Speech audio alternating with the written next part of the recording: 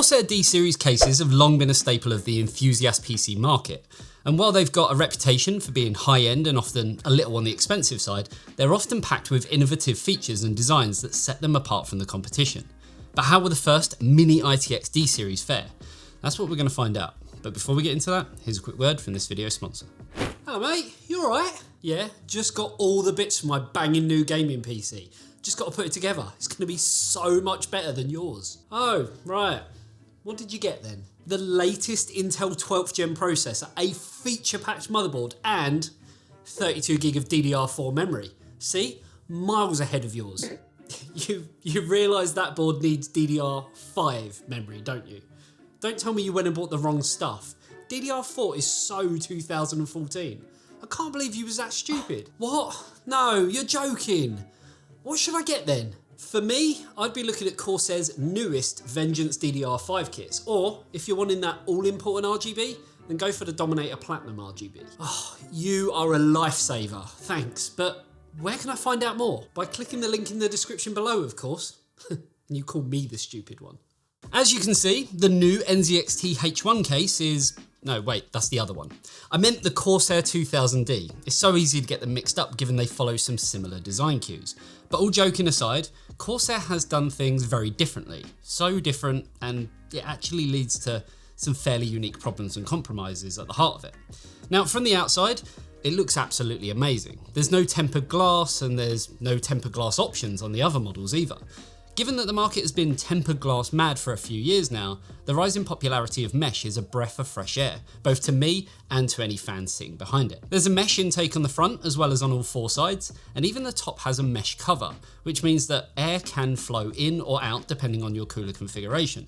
Now, that's an important thing to consider too, as this version of the case doesn't actually come with any fans. If you're wanting fans, then you'll have to go for the $60 more expensive RGB version. Now, when I build my own PC, I tend to install my own aftermarket fans of choice, so I'm happy that there is no fans in here.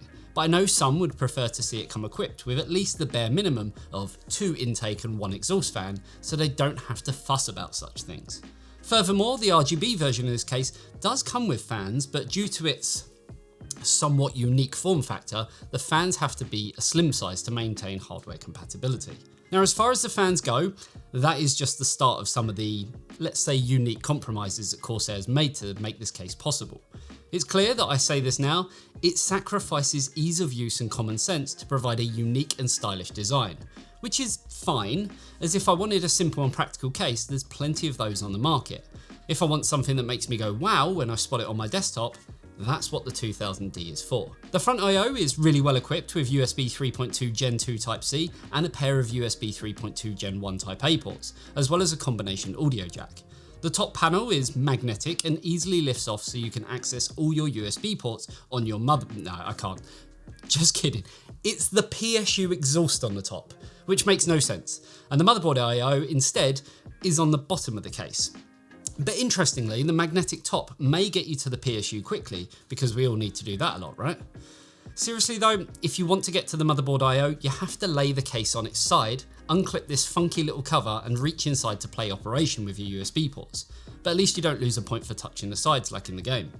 Then things get even weirder, as now that it's laid completely on its side on your desk, there's no good place to get your fingers under it and pick it back up again, which can be extremely frustrating.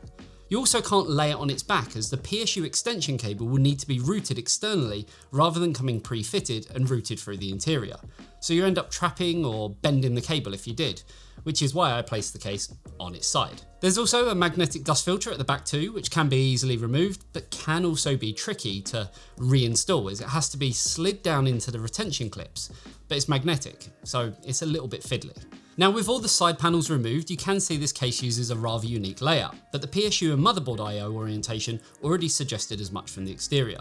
Now, it's obviously a lot more bare bones than the NZXT H1, which we think is the main rival given the similar shapes and aesthetics, though the H1 comes with a power supply, AIO cooler, and even a GPU riser cable built in, but will come in more expensive because of it. However, when stripped bare, the case would actually work out a lot cheaper than the 2000D. So while the H1 comes with a 140mm AIO, the Corsair 2000D leaves your options more open. It has room for up to a 90mm CPU cooler, so something low profile, or more interestingly, a 240mm mount on the rear or a 360 on the side. However, Corsair says the 240mm mount usage is dependent on GPU size, but from looking at the design, if you install any kind of GPU here, the mount is going to be blocked, so we'd just stick with the 360. Now, if you do want to stick with air cooling, you have the option for up to 8 120mm fans or 2 140mm fans in various configurations. And if you get the RGB version, it comes with 3 Corsair AF120 RGB slim fans too. The slim fans aren't required for the front of the case, but space is tight in there, like really tight. And I guess the extra space could make your life a bit easier. You will need an SFX PSU, ideally fully modular, as if you're not using a particular cable, there's little to no space to really store the excess. That being said, you can get a 130mm SFX unit in here, so some SFXL PSUs may fit, but honestly, I'd avoid the larger ones where possible. There's also room for 3 traditional SSDs in here, which is great, as Mini ITX motherboards rarely have many M.2 mounts, so the extra storage space is a big advantage. You'll find 2 on the PSU bracket area and 1 can be screwed to the top of the case too. Now, the design is full of weird compromises, sure, but it seems there's one thing they take very seriously, and that's the GPU mount, as it will support a triple slot graphics card up to 320mm in length, so an RTX 4090 really has no issue. Cable routing can be a complete pain in the arse though, such as USB cables to the motherboard, which need to be installed after the PSU, as they can conflict with a PSU bracket. Dealing with the larger GPU PSU cables and even more so the adapter we needed for the 40 series card, it just all seems to be in the middle of your build. However, you have to remember there's no tempered glass window here, so really you just need to route fans enough to keep them out of the way of fan blades.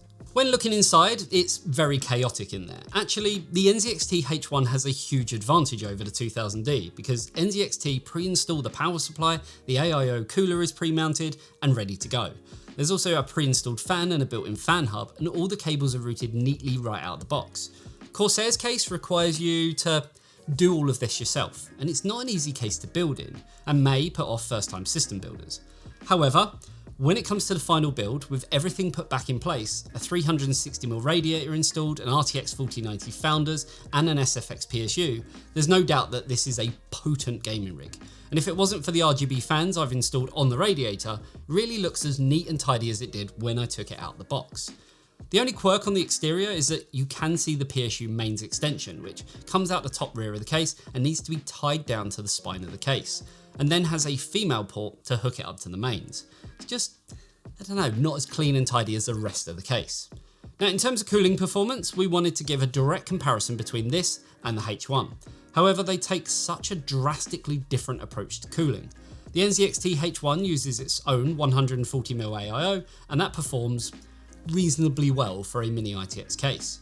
Since the Corsair has no fans of its own, at least with this version, it actually delivered some of the worst cooling performance we've seen.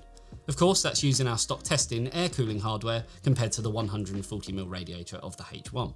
Now, when it comes to idle temperatures, I won't beat around the bush. It's not great, purely because it comes with no fans pre-installed, and the same goes for the load temperature on our CPU.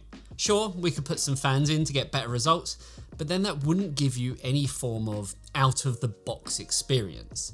Now, when it comes to the GPU, it's a very similar story. The worst idle temps we've seen, and the same for the load, though it was much closer than before, with just 0.2 of a degree separating it from the next one. The chipset displayed similar results, with temperatures much higher than any other case tested, but no real surprise there. Then lastly, to round off our torture test results, the SSD temperature again came in with the worst results at both idle and load, with all cases performing better at load than the 2000D did at idle. When it comes to gaming, it's the same story again. The 2000D airflow comes in 10 degrees higher than the next worst performing case. The GPU, while it fared bad, it wasn't as bad as what we saw earlier, with just 0.6 of a degree between it and the Chieftek Scorpion 3. It's still the worst, but still within comfortable levels. The chipset temperature doesn't really need any words, as the chart kind of speaks for itself, leading the pack, and definitely not in a good way. Then for a full house, the SSD temperature comes out with the worst as well. Shock horror. I guess it's clear that with no stock fans of its own, the only noise output of the 2000D is the hardware you install within it, while the H1 has the sound of the PSU and the cooler that come pre-installed. So again, it's hard to really draw any direct comparisons. However, with a 360mm Corsair AIO cooler and Corsair SFX PSU installed, it's fair to say the 2000D is fairly quiet. I guess when it comes to the testing, what did you really expect? A case with no fans is going to do terribly, but in terms of noise, did okay. Now, before you take off to the comments to say that we should have tested with fans installed, which ones? How many? Which configuration? What RPM? What controller? There are too many variables, and that's why we test with an out-of-the-box scenario, because it's the fairest way to do it. So, to sum up, the Corsair case does run quite warm, at least based on our testing. But as I said, how you configure any fans, the airflow pattern, if you go for air cooling or liquid cooling, it's all going to make a pretty drastic difference, as you might expect. Then we have the price, as the NZXT H1 costs $280, but when you get your PSU, cooler, fan and hub bundled in, it's actually not so bad. Corsair is much more affordable as a result and starts at just $139.99 or £109.99 for the 2000D Airflow, or $199.99 in the US or $149.99 in the UK for the RGB version, which is pretty great given the overall build quality and the brand name behind it. The overall build quality is excellent, and Corsair's choice of materials, surface finishes and the overall design are, as you'd expect, fantastic. I've got to admit, this is one of the coolest looking cases in the Corsair range.